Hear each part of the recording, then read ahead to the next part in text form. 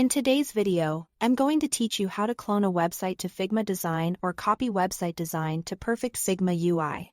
By the end, you will know how to turn any live web page into clean editable Figma layers using a single plugin, so you can study layouts, reuse components, or jumpstart a redesign without rebuilding everything from scratch. We'll be using a plugin called HTML.to.design.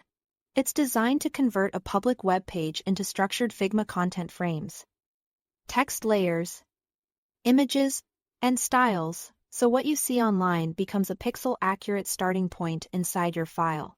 This is especially helpful if you want to capture both desktop and mobile versions or quickly reference spacing, typography, and visual hierarchy from an existing site. Start by opening Figma.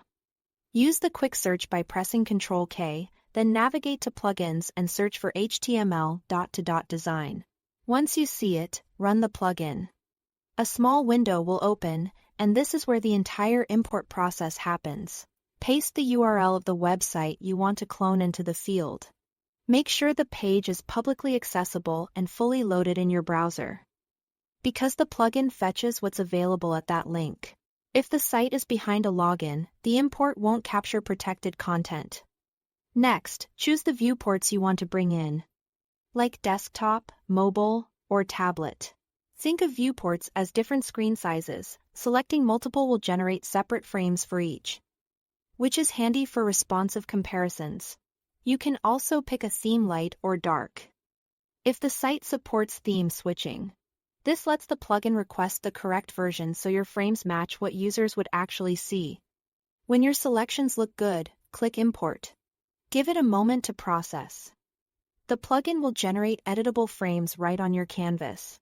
You'll notice text layers that can be edited, images placed as fills or objects, and grouped sections that mirror the original page structure.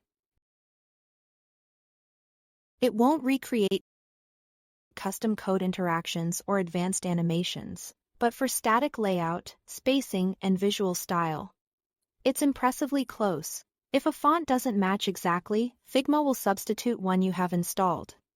You can update those in the text layer properties. Use these imported frames as a reference, a starting point for redesign, or a way to extract colors and spacing tokens. Remember to respect the original site's content rights, and only repurpose assets you are allowed to use. That's it. Thanks for watching.